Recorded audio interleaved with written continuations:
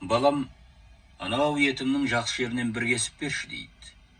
Ұлы, жақсы жері дәуде болса, осы санның еті шығар деп, сан етінен кесіп береді. Шал аздап ауыз тиіп, қойып қояды. Енді балам, анау жаман жерінен бір кесіп берші дейді.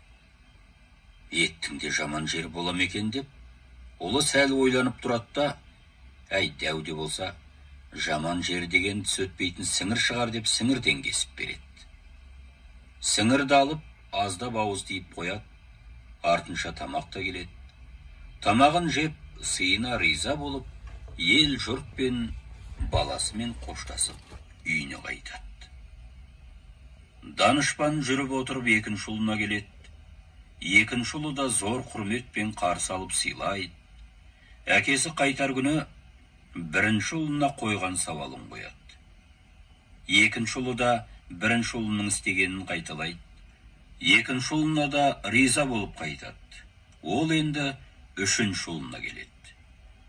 Үшінші ұлы да зор құрметпен қарсы алып сыйлайды. Қайтар күні екі ұлына қойған сауалын кіші ұлына да қояды. Сонда кіші ұлы мұнда бір сыр бар шығар деп ойлайды да, сосын бастың тілінен кесіп береді. Ал енді балам, анау жаман жерінен бір кесіп берші дейді. Баласы тағы да тілден кесіп береді. Сонда әкесі тұрып, балам-ау, мұның қалай?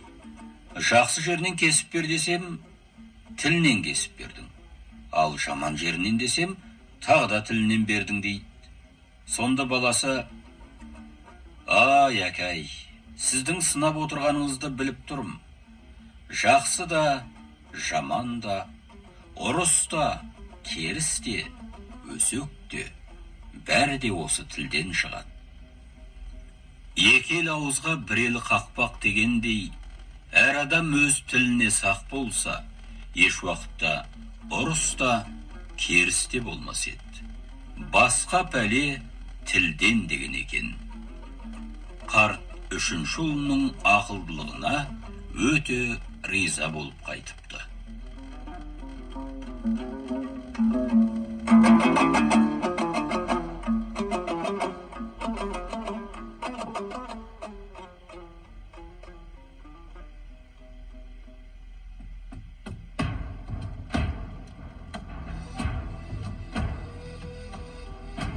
Ай, тәкаппар дүние, маған да бір қарашы, танисың ба сен мені, мен қазақтың баласы. Шалқар радиосы.